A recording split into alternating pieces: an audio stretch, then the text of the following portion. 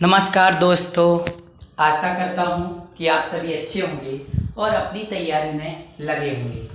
दोस्तों, बहुत सारे लोगों के मन में ये विचार आ रहा होगा, क्या एमपी टेट की परीक्षा अभी होगी या नहीं, इसका नोटिफिकेशन आएगा या नहीं आएगा, क्या पता पेपर चुनाव के बाद तो नहीं होंगे, या नोटिफिकेशन अभी 30 सितंबर तक आ जाएगा तो एग्ज़ाम चुनाव के बीच में भी हो सकते हैं। ऐसे अनेक प्रश्न आप सभी के मन में आ रहे हैं और कई हमारे दोस्त, कई हमारे मित्र जो कि बहुत अच्छी तैयारी कर रहे थे वो डिमोटिवेट हो गए और उन्होंने तैयारी करना छोड़ दिया। तो दोस्तों, मैं आपको एक बहुत अच्छी बात बताता हूँ कि देखिए, मध्य प्रदेश की ये सरकार है और सरकार के बारे में सभी भी जानते हैं कि कभी भी कुछ भी हो सकता है।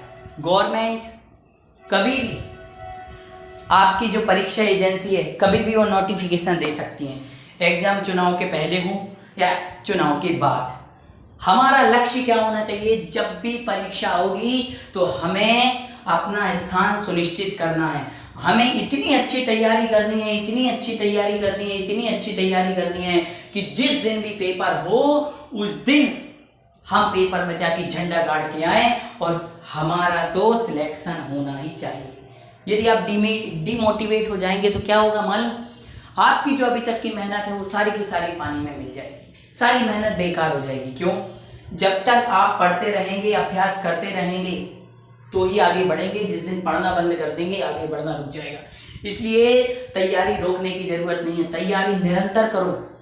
ये मत सोचो कि एग्जाम अभी होंगे या नहीं होंगे, वो हमारा काम नहीं है, ये आपका सोचने का काम नहीं है, ये तो गवर्नमेंट का काम है, वो एग्जाम कराएगी, ये उनका काम है। परीक्षा एजेंसी एग्जाम कराएगी, आपको चिंता करने की नहीं। आपके और मेरे हाथ में क्या है? क्या है हमारे हाथ में? क्या हमारे हाथ में एग्जाम कराना है?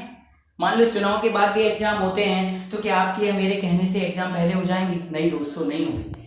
आपको और हमें जी तोड़ के जम से मेहनत करनी होगी, तभी जा करके हम अपने लक्ष्य तक पहुंच पाएंगे। इसलिए मैं आपको यही कहना चाहता हूं कि आप जिस भी विषय से, चाहे साइंस हो, चाहे मैथ हो, चाहे इंग्लिश हो, चाहे हिंदी हो, चाहे संस्कृत हो, जिस भी विषय से आप अपनी तैयारी कर रहे हैं, आप अपनी तैयारी में निरंतर लगे रहिए। बिल्कुल तैयारी को ब्रेक मत कीजिए, तैयारी को रोकिए मत।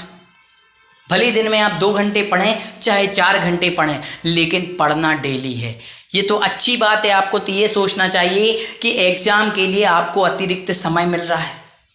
एक बात तो कन्फर्म है कि एग्जाम तो होना ही है, एग्जाम तो होके ही रहेंगे, चाहे वो 2 महीने बाद हो अथवा 4 महीने बाद, एग्जाम तो होना ही है। इसलिए आपको अपनी तैयारी ब्रेक करने की ज़रूरत नहीं है, तैयारी रोकने की ज़रूरत नहीं है। आपको और अच्छी तैयारी करना चाहिए।